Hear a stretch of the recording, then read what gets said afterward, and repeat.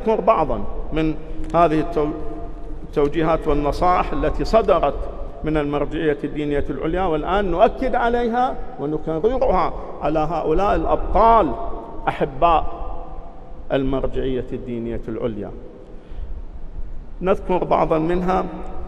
فمما ورد فيها: الله الله في النفوس، فلا يستحلن التعرض لها بغير ما أحله الله تعالى في حال من الأحوال.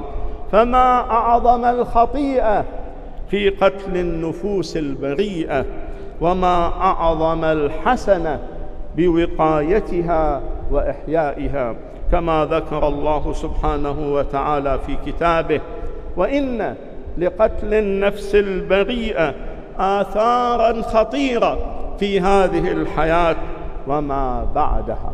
وقد جاء في سيرة أمير المؤمنين عليه السلام شدة احتياطه في حروبه في هذا الأمر، وقد قال في عهده لمالك الأشتر: إياك والدماء وسفكها بغير حلها، فإنه ليس شيء أدعى لنقمة ولا أعظم تبعة ولا أحرى بزوال نعمة وانقطاع مدة من سفك الدماء بغير حقها.